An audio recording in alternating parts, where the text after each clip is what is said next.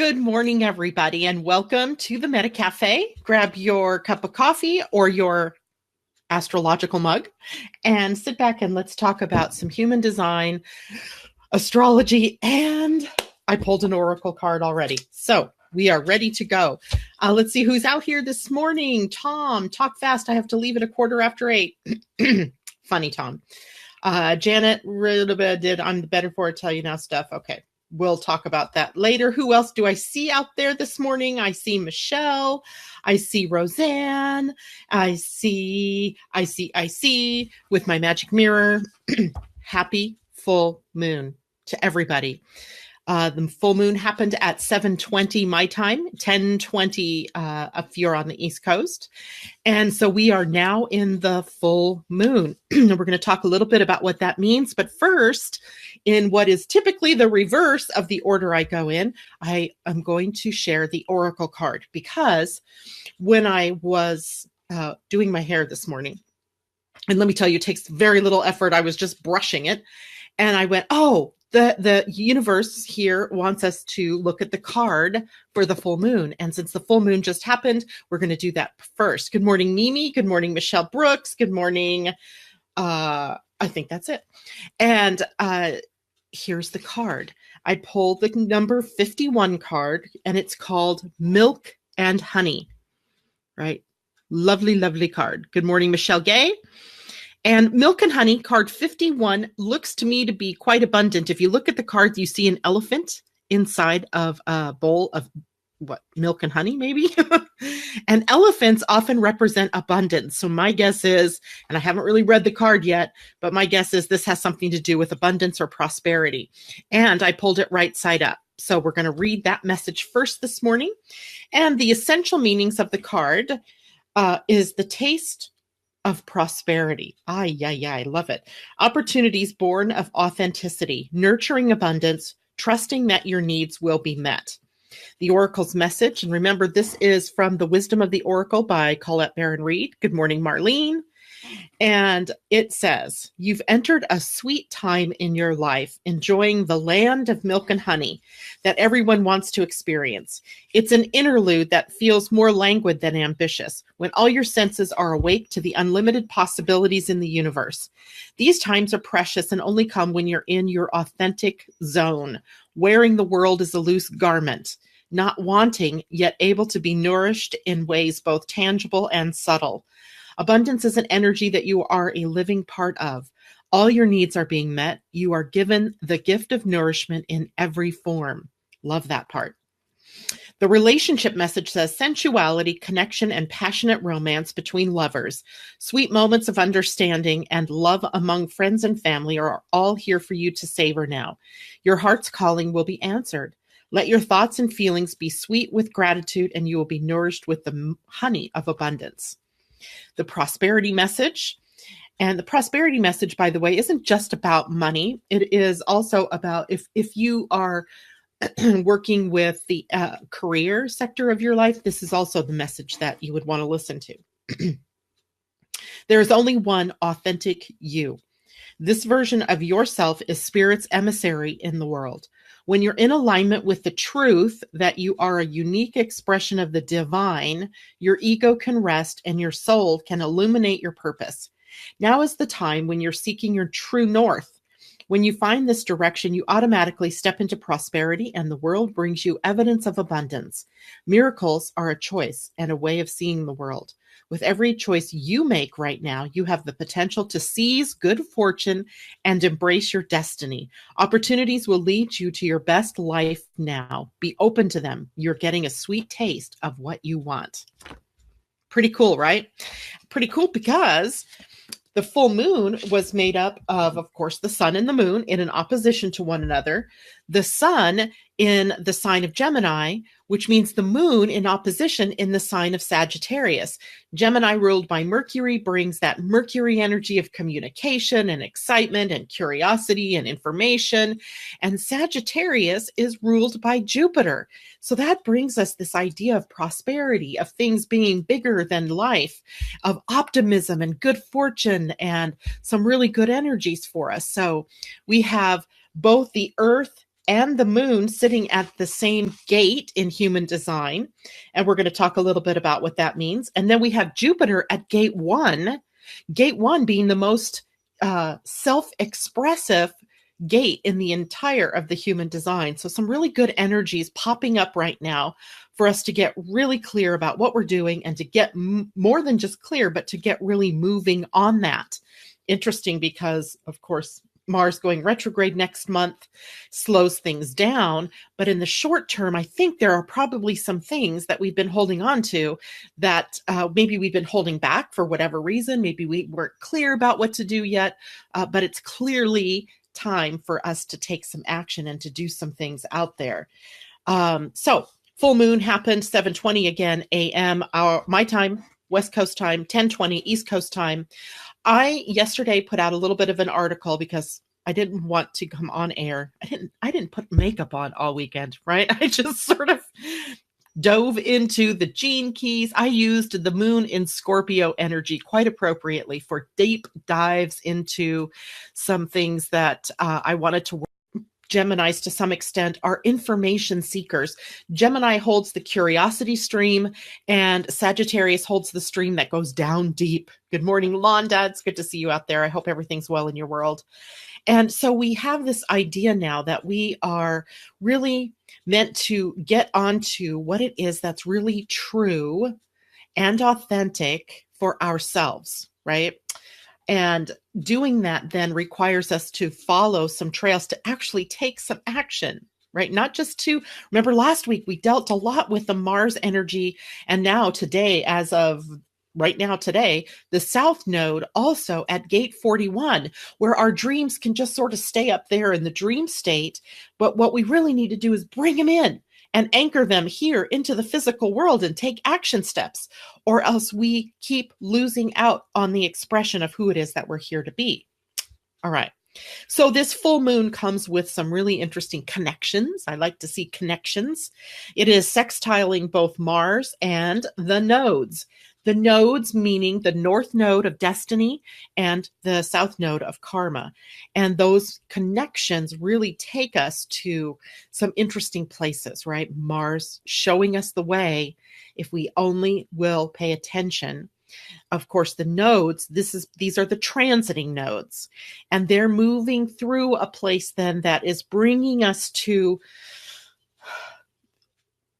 our, if I say this, I don't want to freak people out, but to our leadership positions in whatever it is that we do out there. I know some of you kind of might take exception to the fact that you may think you're a follower, not a leader.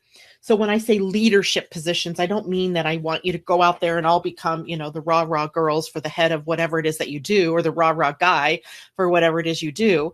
But I do want you to be able to claim your authenticity and express it in the way that's right for you.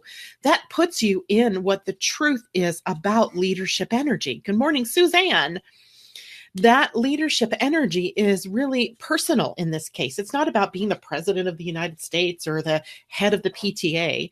It's about really taking the role of who it is, the mantle, putting the mantle on of who it is that you were here to be. Londa says, embody our truth, embody our role model in our human design. Absolutely. Suzanne says, this is so poignant for me right now. I would say that's true for a lot of people out there, because I think we've been pussyfooting around. Have you ever watched a cat out on the wet grass? Like they're like, oh, don't let me touch that grass. And I think we've all been pussyfooting around and not really putting our pedal on the metal, our foot on the pedal, the pedal to the metal. So it's time for us to really do that, to do what Londa says here, embody our truth, embody our role model selves, right? You may not have a role model profile in your human design, but that doesn't mean that you're not meant to shine here in whatever way is correct for you. Now, this moon is also squaring Neptune, 90-degree angle. That can be a little bit scritchy, a little bit confrontational. It pits I'm going to give you an example of how this could pit our spiritual selves against our physical selves, if you will. Our soul knows the direction that we're here to go. soul, if we listened only to the soul, we would always be in the right place at the right time with the right people for the right opportunities, right? My favorite little trifecta of things to say. And when we're squaring Neptune, maybe what we're doing is kind of questioning the truth, the veracity of our actual self, our soul. And an example of this is when we as spiritual beings go out in the world to do our work and then we fail to charge what we're worth. Or we think for some reason that there may be a block about what it is that we can charge, or should we even charge for the work that we do, right?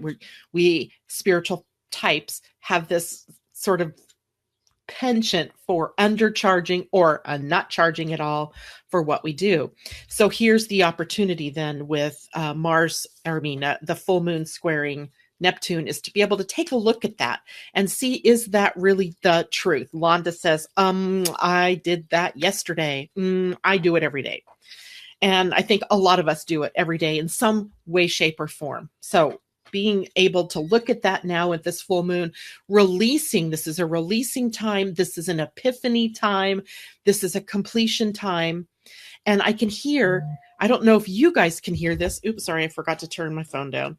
But I don't know if you guys can hear this, but outside my window are bald eagles. Can you hear that?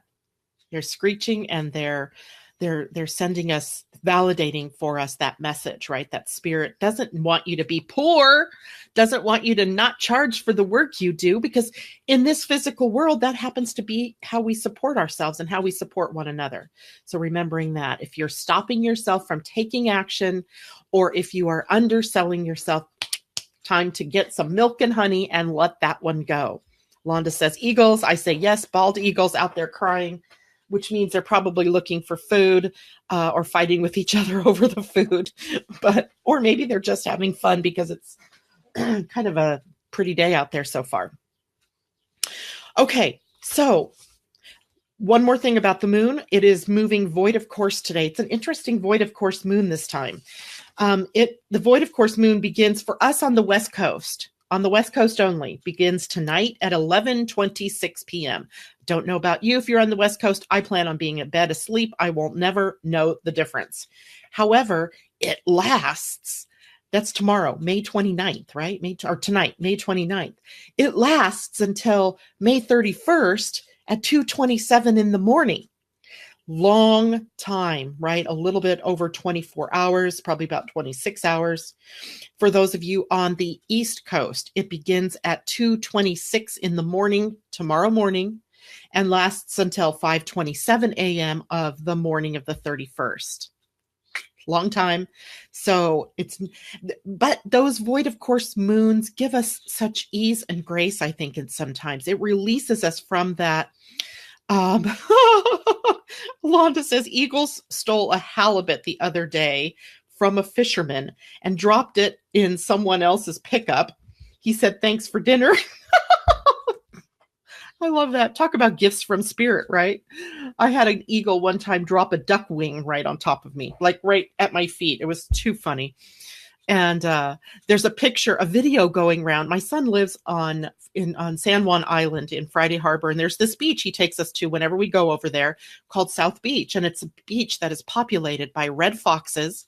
And the red foxes were put there because the rabbit population overbloomed and they had rabbits everywhere.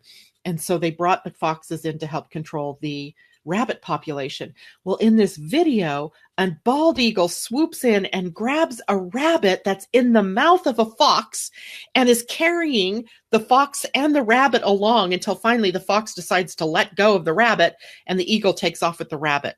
Craziness, right? But that's what we get to see a lot of around here because those eagles they're amazing animals.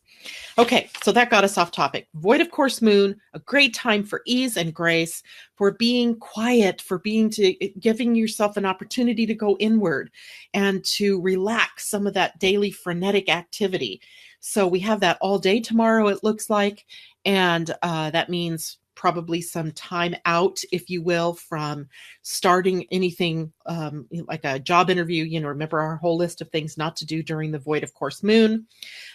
Moving inward, being more spiritual, doing some yoga, meditation, whatever's on your desk that needs to get finished or completed. It's a great time for that, but not necessarily a great time to start anything new tomorrow. All right. So I want to go to, the Human Design Week for just a moment. My purpose this week for us is to remember last week we had a theme and it was about the gate 41 and fantasy and anticipation and emanation. We learned a lot about those words. Yes, that last week. Well, this week on Thursday, I have a guest coming on to the show. Her name is Dianne Lawson, and she is the author of the book, Astrology of Relationships, The Astrology of Relationships. And so she's going to be talking to us a lot about the book and about relationships and astrology, which a lot of people are always very interested in. And I dare say that relationships aren't just, between, love spouse partners, but also between friends and also between associates and the people that we are working with. So we're going to dig into relationships this week. So I'm going to set the tone for relationships with a little astro lesson. And this morning, I think I wrote in the pre-workup for this video about having your regular astrology chart with you while we start this conversation. So I want to start that conversation. And then if we have time, I will jump into the human design for the week. If I don't get to do that, it's okay, because I will write about that later on today and post it up on the page.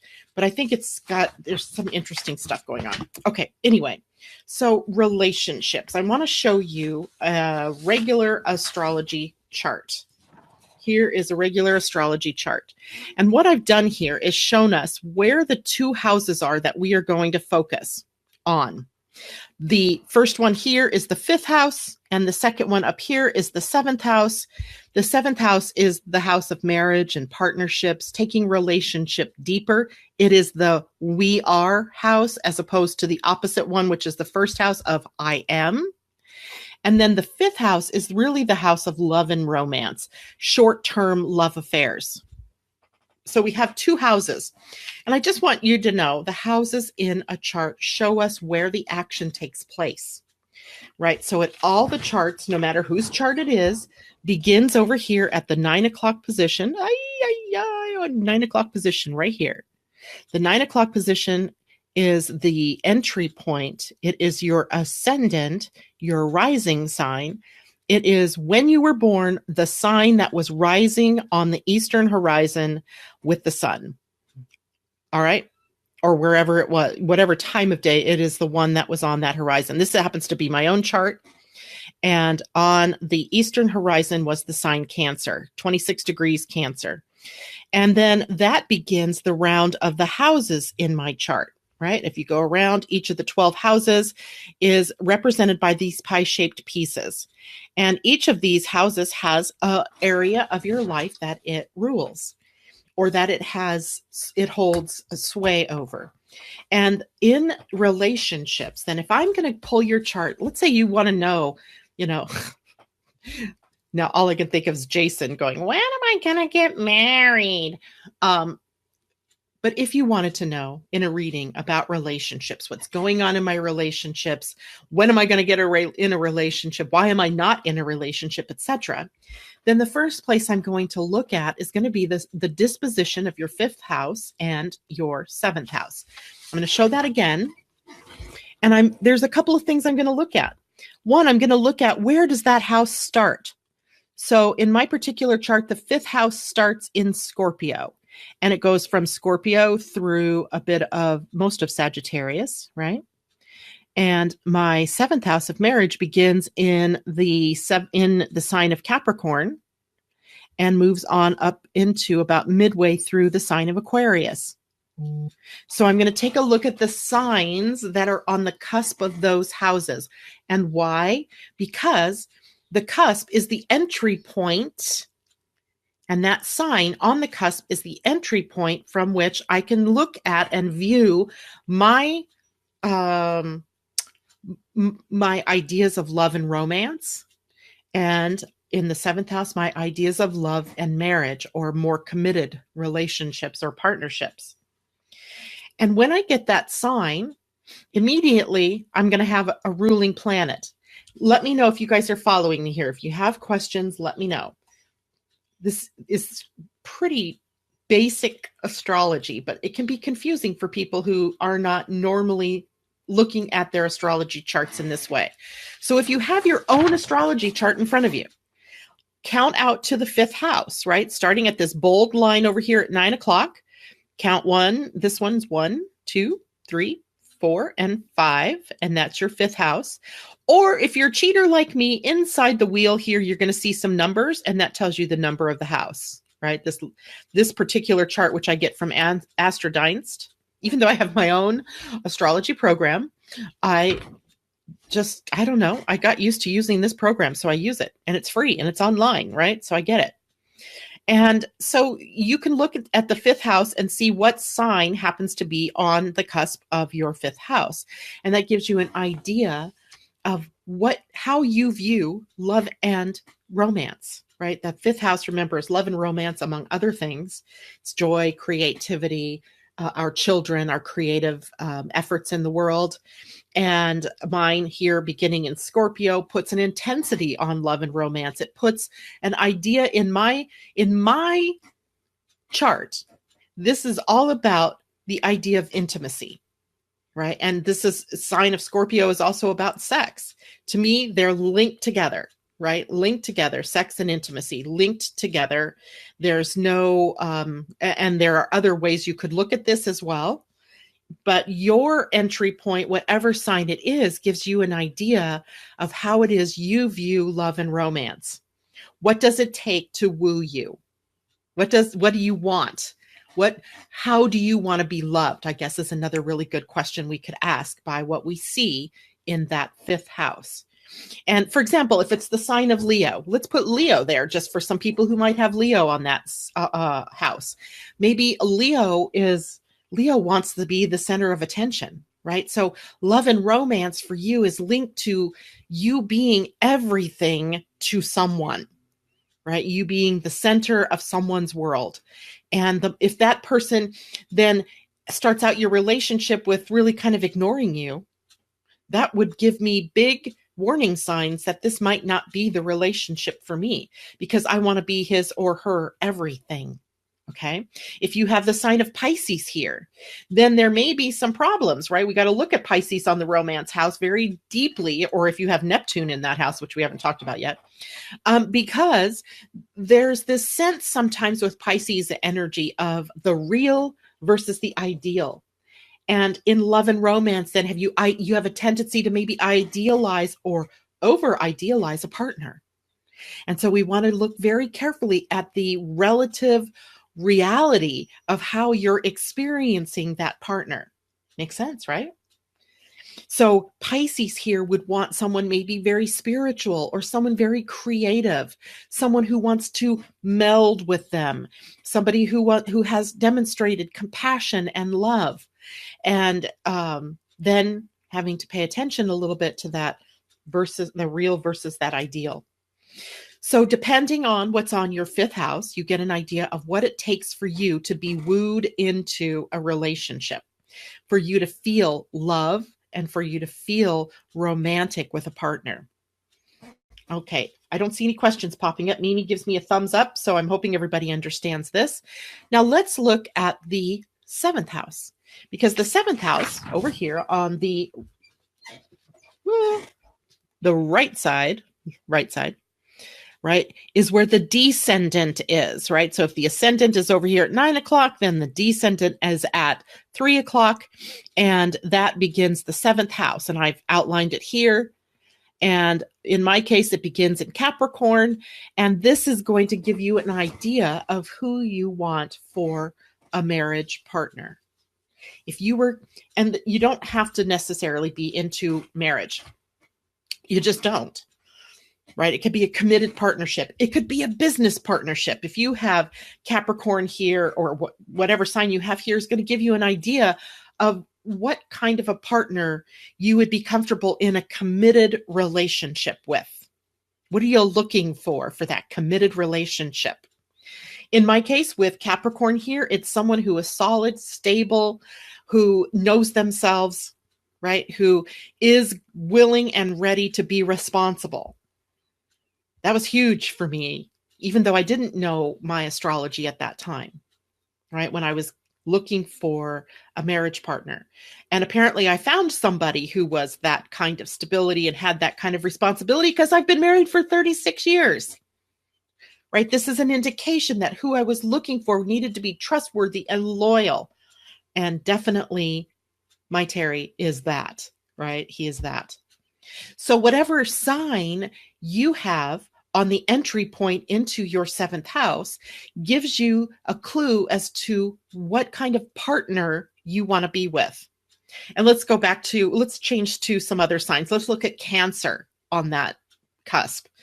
If Cancer is on that cusp, you are looking for someone who is nurturing, who is loving, who is giving, right? Who maybe has this hard shell exterior, but you can see through to the soft underbelly of who they are, right? These are the traits or the qualities that you might be looking for in a long-term partnership.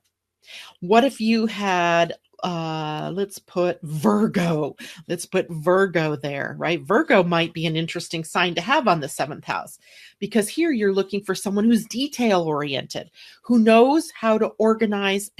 Maybe you're the slob person and you're looking for someone to help organize you, right? You really need somebody that's going to be able to be practical and down to earth, who maybe has some healing properties to them, has some healing abilities to them. So looking at your 7th house cusp then is going to give you some insight into who would best be your partner. Now, having said that, does that mean that I should have gone out and looked for a Capricorn? No, because my husband's a Libra. It's not necessarily, now I've seen many times I've seen this, where the sign on the 7th house is the representation of the spouse or the committed partner that you're with. I've seen that time and again. It didn't happen that way for me. Friday, I was doing a reading with a friend, and it certainly is there in her chart, Libra on this house, and she's with a Libra. So it happens that sometimes the house on the cusp, or the sign on the cusp, is the actual person, but it doesn't always happen that way. But I can tell you that there are certain traits in those signs that you're looking for, and that would make you feel comfortable in a committed relationship. So, for example, if you had Cancer on this sign, or on this 7th house cusp, and you find yourself with someone who's highly egocentric and narcissistic and doesn't want to, feed you, help you, give you back massages, or take care of you in any way, then you might have the wrong person. So, and there's much more depth here to this too. I mean, I'm just giving you this outline. These are some of the things that will be great fodder for questioning Dianne on Thursday, right? These are things for us to really look at in terms of what is it that we're really looking for, whether you're with someone or whether you're not with anybody at this moment in time, right? You could look at it as, if you're in a relationship already, maybe that helps you solidify what it was you saw in that person in the first place. And if you're not with someone, maybe it will give you clues as to where you're looking for this person. Are you looking for love in all the wrong places, right? Do you really think that if you're in bars and saloons and pubs that you're going to find someone who has those Cancer qualities of, I don't know, maybe, but so it might give you clues as to where it is that you could go to find your spouse. That's deeper, but let's see. Comments here. Londa, oops. He's strong, trustworthy, hard shell, but as a Leo, he doesn't dote on me. He is practical, although we are also married 37 years. Awesome. Hold on. So wait a minute. You say, oops, he's strong, trustworthy, hard shell, but as a Leo. wait a minute, you're a Leo. What's your rising sign? And what is on your 7th house? That's what we're looking at, Londa. I know you are personally a Leo. I can't remember your rising sign though. So tell me your rising sign and then look directly across from it, see what sign is on the other side. That's going to tell you what qualities are that you were looking for in a spouse. And apparently you found it too, right? Apparently you found it. So it's not so much looking at his chart, but your own. And I don't think you have Leo on the descendant. Sun. Is your sun in the 7th house? Well, while I wait for her to talk about that, the next part to look at, I'm just checking the time. The next thing for you to look at is what is in that house. Because any planets or points that are in either the 5th house or the 7th house are going to color, they're going to color what you're looking for in terms of partnership or love and romance. And for example, let's just say Londa says the sun. So if you have the sun in that 7th house of marriage, then a whole lot of your personality is devoted to relationships. A lot of emphasis and focus in that. Call me later, Londa. We'll look at your chart. And if you have, let's say, the planet Venus in your 7th house, you are looking for love. You are looking for the whole package in terms of the relationship, love and romance and beauty and harmony, right? Someone who's prosperous. So those planets that get placed in either of those two houses are also things that we have to consider. Chiron in Aquarius. Is that in your 7th house, Suzanne, or your 5th house? Chiron in Aquarius in your 7th house would put a wound here for you. If you put Chiron in a 7th house or in a 5th house, you're placing a wound around love and romance and around relationship. And if it's in the sign of Aquarius, it's about power. There's power struggles. Either you give away your power to the person in your relationships, or you draw to you a person that you struggle with over power. Because the whole key for Chiron and Aquarius is for you to learn about your own power and to become powerful. And in the sense that you're not dragging the power away from your spouse or your boyfriend or girlfriend, whatever, but you are empowering yourself instead of being disempowered. Suzanne says yes. Chiron and Aquarius in the 7th house. So relationships are sort of your Achilles heel then. Learning tons from the people in your relationships, right? About yourself, about power, about what do I really want?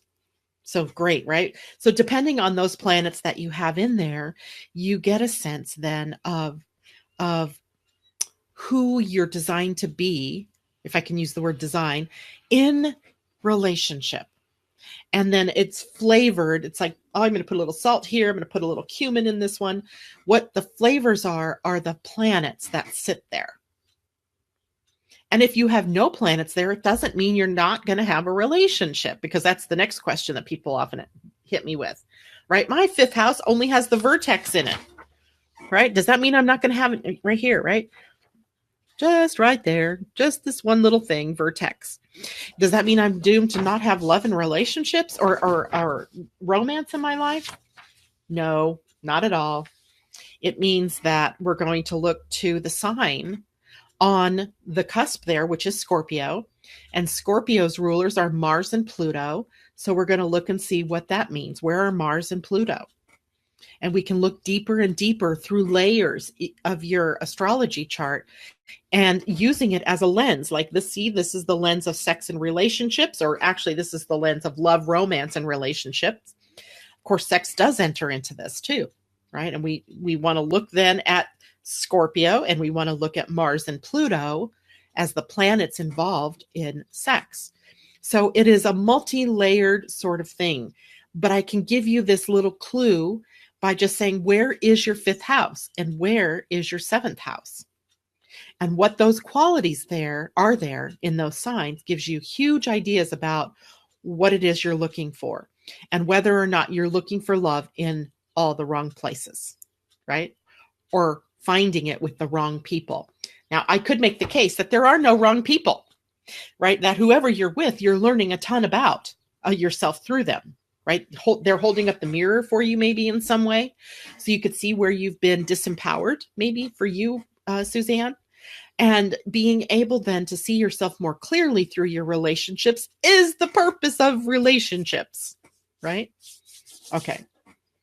That's the relationship lesson for today. Tomorrow, I'm going to take it a little bit deeper and we'll look at maybe what some of the more, the busier planets in those signs are. Suzanne says, oh, okay, thanks. You're welcome, sweetie.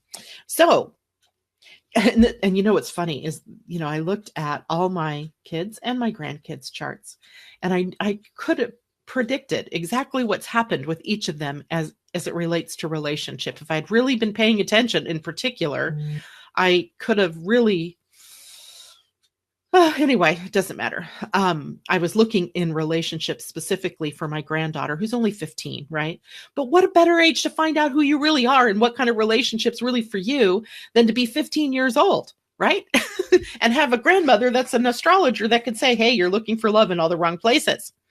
And so that was going through my head this weekend too, as I was preparing this. So not because she's young and, you know, should be looking for a relationship, not at all, but her experience with relationships thus far has been pretty stormy. And anyway, okay.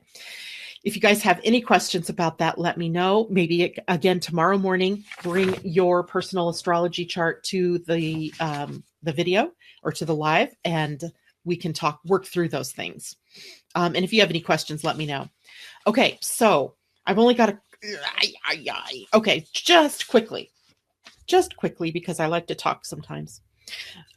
This week, the Human Design Week started the 27th, so it was on Sunday, and moves through June 2nd. On June 2nd, we begin the new week. And this week, the sun's influence is on gate 16, while the earth and now the full moon are both at gate 9. So I just kind of want to give you a quick little rundown about what gate 16 is. In human design, gate 16 is on the throat. Let me show you a chart of the just now. Remember last week? Because of the gates that were being triggered, we all had access to being sort of like manifesting generators. And I gave you that warning not to use your energy incorrectly. Well, this week, this is what our chart would look like. If we were born on May 29th at 2:47 p.m. UTC when I pulled this is what you would look like in your chart, at least from just the personality standpoint. This is the just now chart. And it shows that the planets are connecting a channel 1 and 8 through the throat and into the identity center. So for those of you who have open throats and those of you who have open identity centers, you are suddenly connected here. So a warning, right? To be careful about how you speak. Remember, open throat, you need an invitation to speak. Right? You don't want to just be boorish and jump into a conversation and just start blabbing to people because they won't appreciate what you have to offer, right? And you'll come away feeling undervalued or not recognized or not worthy. And for those of you who are open in the identity center, today or this week, you have access to an identity, a life purpose, because gate 1 is what is connecting this. Gate 1 is on the identity center, gate 8 up here in the throat. You may believe you've actually found your life purpose and how it is that you're here to contribute. Just be sure it is authentically yours and not an identity that you're picking up from other people in your life, right? That's not a good plan. So the gate 16, which is where the sun is this week, is sitting over here. It is on the throat center. It in human design is called the gate of enthusiasm. It is the end result of the stream of mastery. And the stream of mastery begins over here with joy, moves up through to gate 18, perfection and criticism, and then to gate 48, which gives us the entryway into mastery, and then finally deposits up here at gate 16 in the gate of enthusiasm, where your mastery becomes expressed in the world. So it's part of that stream of mastery, but it's the end part. You got to go through all of the other parts to get there. So when we look at it through the gene keys, what we see here is the gate 16. I have this hair coming right down through it's tickling my face. And it was in my vision and now it's gone. Okay. So at gate 16, through the gene keys, we have the energy of indifference in the shadow. Indifference, like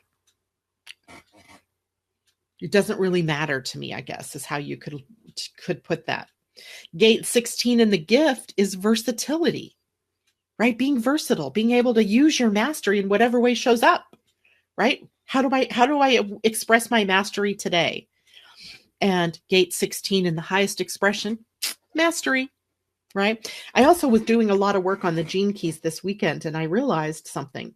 And this is something I'd never heard before. And this was from God only knows which video I was watching when I heard this, but Richard Rudd, who is the author of the Gene Keys, was saying that we should only really be spending about 10% of our time on the shadow and 90% of our time in the gift and the siddhi frequencies. And, I could see the wisdom in that, because I often get into the shadow and I can see it readily in my life where the shadow is. I can see how it's playing out. And then I almost find myself stuck there, like contemplating that shadow. But I really need to go up to the gift and to the siddhi and be contemplating those, right? How do I get to those, right? Okay, yes, I've got this shadow of indifference, but how do I get to versatility and mastery, right? So if you have the gene keys and you want to pull that book out and read it, just do your cursory look at what the shadow is, but deep dive, contemplate into the other two. Now, the Earth this week is at gate 9. In the shadow, gate 9, and the full moon is also here, people. So that's just for today. But the Earth stays there all week. The lower expression is inertia. Inertia is that energy of, right, the foot on the brake and the foot also on the gas, and you're not going anywhere, right? It's like, you just can't seem to break free of the start gate, like a horse in a race, right? That breaks free of the start gate and gallops on to the race, right? So the feeling of inertia. The gift is determination. I'm determined to break free from this inertia and to move forward in my life. And at the highest level, we have invincibility, right? Superpowers, invincibility, mastery. Those are the superpowers. The gifts being determination and versatility. So I'll leave you with that. Maybe we'll take a look deeper into that as the week goes on, or I will write up something about that. And remembering today is the day that the nodes, the North Node and the South Node, shifted, and they are now at gate 31 in the North Node, which is the gate of leadership, and gate 41, where the South Node is, at the gate of fantasy, which we talked a lot about last week. Remember, now it's about taking those gifts and those talents, everything in your cup, and being able to use it, right? Stepping out of just holding on to that inertia, stepping out of holding on to just the dream and the fantasy, and now it's time to express it in your North Node way, which would suggest that we are needing to become leaders in our world, whatever way that means for you. All right. Well, thank you so much, everybody. Mwah! Much love to you all. I hope you have a wonderful day. We'll be here tomorrow morning again at 8 a.m. and we'll dig into more of the human design, perhaps, but definitely dig more into finding love, romance, and relationships in your astrology. All right. Take care. Have a great day. Bye, everyone.